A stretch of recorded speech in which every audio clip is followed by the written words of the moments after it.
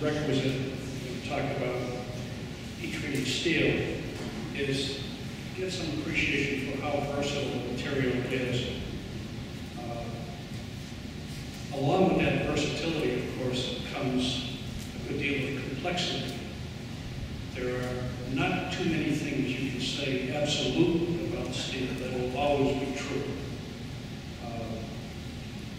The heat treating process is pretty basic, although I have seen any number of references in print and on television shows and so forth to heat treating, what they'll talk about hardening, what they'll talk about tempering, and it's very clear that the speaker has no notion of what those things involve or how they work.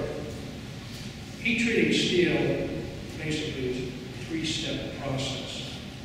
In the first step, you heat the steel up to what's called a critical transformation range, and that varies with just about every steel alloy there is. There's a little bit of uniformity, but it's a highly variable temperature. Usually, it's at least 1400 degrees, and it can go up to, in the case of high-speed steel, for example, 2300, 2400 degrees. So that's a range of almost 1000 degrees. And you need to see, you can see when I say these facts are somewhat variable, that's a good example. Once the steel is heated to its critical temperature, it's then removed from the heat source and cooled. Sometimes fast, sometimes not. Again, depending on the alloy. And we'll get into more detail about that. Once it's cooled, you have the steel in what is now a fully hardened state. And in most cases, it's not usable in that state because along with the hardness comes a high level of brittleness. And you have to literally temper that brittleness in order to keep the steel from breaking in the application you intend for it. It will just shatter a piece of glass. So there is a process called tempering, which generally involves heating the steel once more, but to a considerably lower temperature than you did initially before the quench. So those are the three steps. Heat to the critical temperature, quench, that's the cooling process, and then temper, which is the process of bringing it to the desired level of hardness. Now, let's talk about the material a little bit, get some feel for the variability. Did you see that?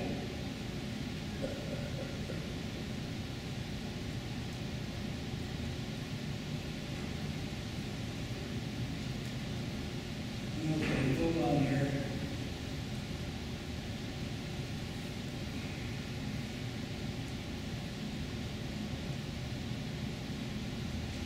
We're losing around here. Could you give me a hand? There we go. Thank you. A little bit of luck, I got back to where I needed to be. I'm going to try to focus tonight on tool steel in particular, which is what we most likely will run into in the home shop environment. And I'm also going to try to couch the conversation in terms of home shop processes. In other words, working with what you have available. Now, there's a range of approaches you can take, and we'll try to cover most of the ones that might be practical in a home shop. What makes steel hardenable is the amount of carbon that's in it. And it's only a trace amount of carbon. Typically, at the most, 1 1/2%. And there is a range. Mild steel, also called low carbon steel, and that's the yellow sticker at the bottom, usually has carbon content of less than 0.3%. And you can go through all the heat treating steps, and it's just never going to get hard. Then and these are somewhat arbitrary brackets, but if you then look at the range of carbon content from say about 3% to about 9%. Over that range, you have an increasing hardenability. And it's, examples of that might be like 4140, which some of you may work with once in a while, which, although it's not a tool steel, you can get it pretty hard, and you can make a good edge tool with it. And then last, is the subject of our focus, is high carbon steel. And here we have a couple of examples. The top one is 01, which has been a classic in just a very useful alloy.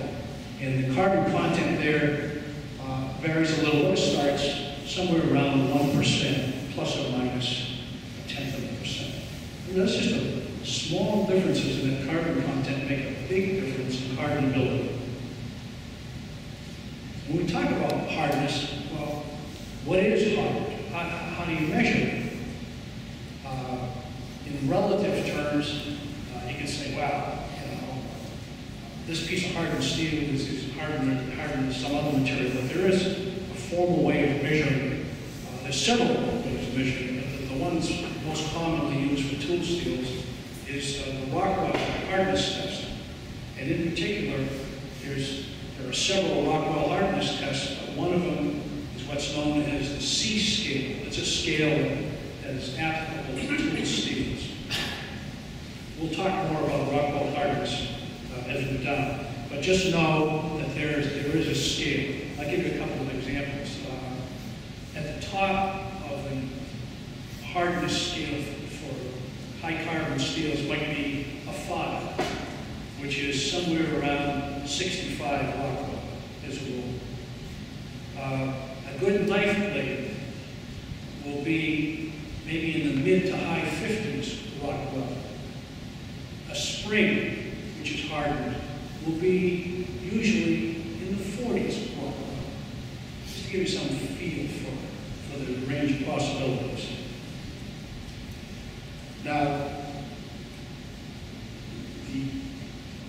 let's see.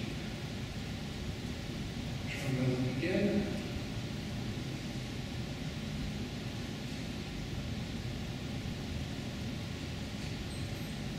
Here is a list of the 3 most common steels that we find. If you go to like an MSC catalog, for example, you'll find they're offering flat ground stock and they're offering drill rod in these 3 materials. W1 is something I haven't worked with personally, but as I looked into it, I was kind of interested to find that it's the most machinable of these common available steels. So that just gave it a little more pizzazz to me. It has a machinability index of 100. That's what that number means. It's noted to be tough, but nothing is perfect.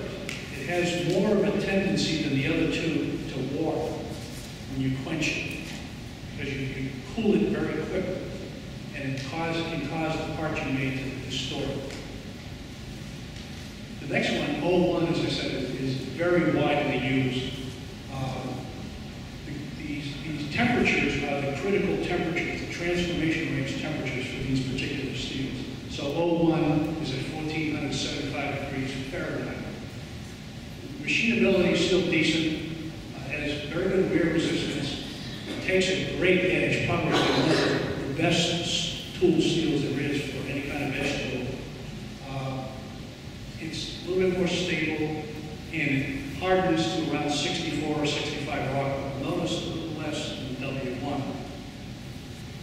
Finally, we have A2, which is fairly dramatically different kind of steel from the 2 just discussed. First off, it has a much higher transformation range. You need to get it up to 1800 degrees or so before it will harden. Also, it's tougher to machine, but in exchange for that, you get 3 very nice attributes. One of them is that it's the toughest and most wear-resistant of these 3. The second is that when you quench it, it's the one that is least likely to distort or warp. And the reason for that is that it's the only one you don't have to cool rapidly. You get it up to the transformation temperature, you take it away from the heat source, and you just let it cool normally in the ambient air temperature. Sometimes people accelerate the cooling with an air press, but it's not necessary. You can just take it up, let it rest at room temperature, and when it comes down to room temperature, it will be fully hardened.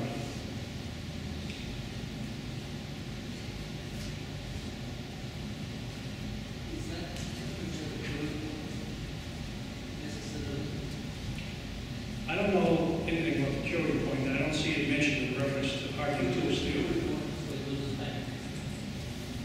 Yes, it is.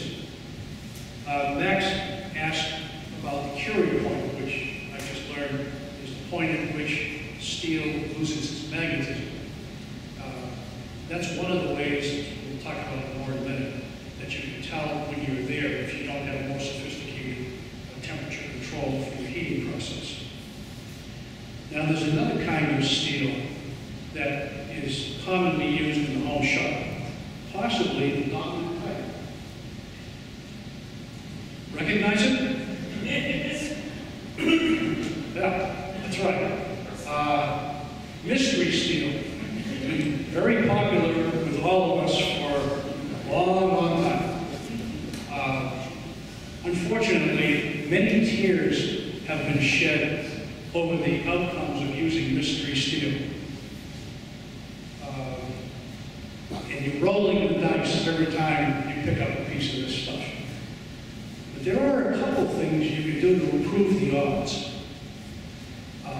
What you really need to know, more than anything, is the carbon content.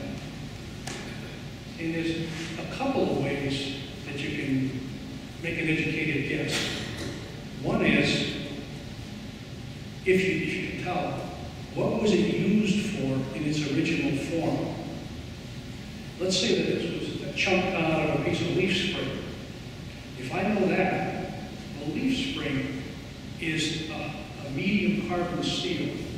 And in fact, they usually use about 0.6% carbon steel to make leaf springs. So I know from that I can harden this piece, if that's what it is, up to maybe around 60 Rockwell, which is pretty good. And I'll have a decent performing project when I'm done. Another way that you can somewhat identify mystery steel is with the spark test. Now, the spark test on steel is a lot like drill sharpening. The old timers will tell you, oh, yeah, I always did it that way. Never made a mistake. Always got it perfect. Well, that's not how it tends to work out in real life, but it is helpful. What I have done is I put aside a small number of known specimens of steel. A piece of O1, a piece of W1, a piece of A2, a piece of mild steel. And just those four, not a bad assortment. And they each produce a distinctive spark pattern when you hit them with a grinding wheel or on an abrasive belt. Now I'm going to tell you something I shouldn't about myself, which is that when I started trying to do this spark test, I take my test piece and I hit the grinding wheel and look at the sparks, okay. By the time I pick up mystery metal that's sparking, I forgot what the first sparks looked like. And go back and forth 3 times. Finally it dawned on me, just take the 2 pieces and apply them to the wheel simultaneously. You get an easy side-by-side comparison. And while it's not a definitive test, it will tell you something about the carbon content. If I recall correctly, mild steel, for example, produces big, fat sparks, whereas the tool steels tend to produce little, sharp, tiny sparks, and the patterns are very distinctive. So, file that away for what it's worth. Okay, so this is the array of steels we'll consider as we talk about heat treating. First step, as we call, is getting the metal hot. Well, there's a few ways you can do that. Using a torch is one of them. And this is a rather clever setup. Now think about this. If you're doing something like, let's say you just want to make a little scratch off and you want to harden the tip. Well, heck, you can take a propane torch, just heat that tip up red, stick it in a little can of oil. You're done. Maybe heat it up. We'll talk about tempering, let it back off the hardness a little bit. But if you're going to do anything with any substance, you need to put some heat into the piece, and you need to do it fairly efficiently. And holding it apart in a vise and putting a torch to it is not the way to do it, because most of the heat from the torch is just being dissipated out in the open air. Only a small part of it is actually affecting the piece you're trying to heat. What's happening here is the fellow who put this together used a refractory brick to make a little enclosure. It doesn't have to be anything special. You just have to have a place for the flame to go in and a couple of exhaust ports for it to go out. But the heat that's generated by the torch here is reflected back off the brick onto the workpiece. And you can do much larger pieces effectively than you'd ever be able to do with that torch in open air. I might add, by the way, that one of the nice things about this particular torch is a roofer's torch that they use for heating joints, and it has a squeeze handle on it. So it's only while you're holding the handle and it's blasting. When you let it go, it backs down to like a pilot flip, so it's not roaring the whole time. And you can control it a little easier.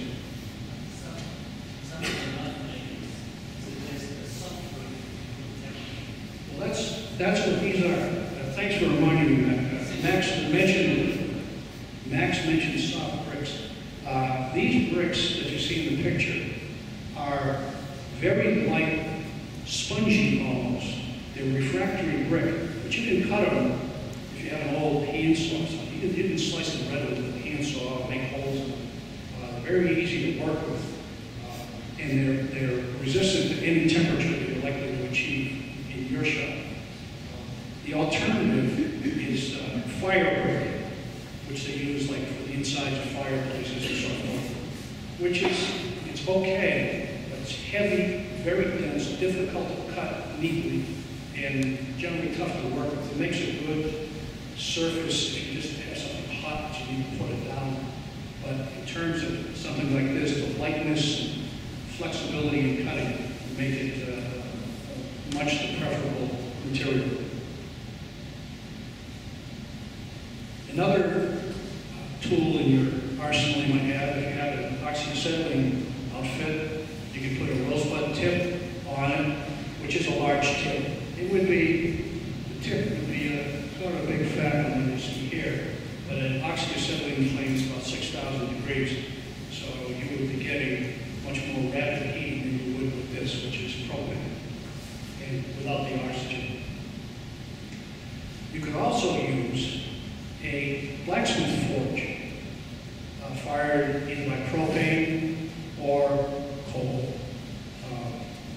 A propane forge is really a nice thing to think about if you don't, if you're looking at this from the standpoint that I don't really have much to work with now, I want to get something, but I really don't want to invest in a furnace that's really expensive. A small propane forge that'll run off a 20-pound propane tank is, I think, they're under $500, and there are loads of plans on the internet where you can build your own. And kind of a nice additional dimension to the forge is that if you want to do a little light blacksmithing, you'll do that just as well. So you can use it for heat treating, you can use it for forging, you can use it for bending. A very versatile piece of equipment to have around, and a good option for heat treating. finally, we get to heat treated furnaces. This is just another picture.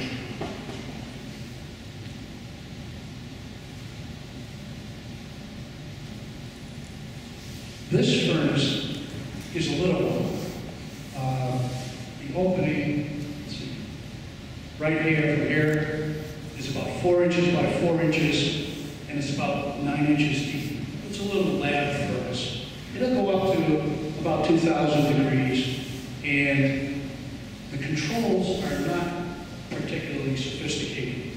It has a knob that controls the on-off cycle, percentage on-off.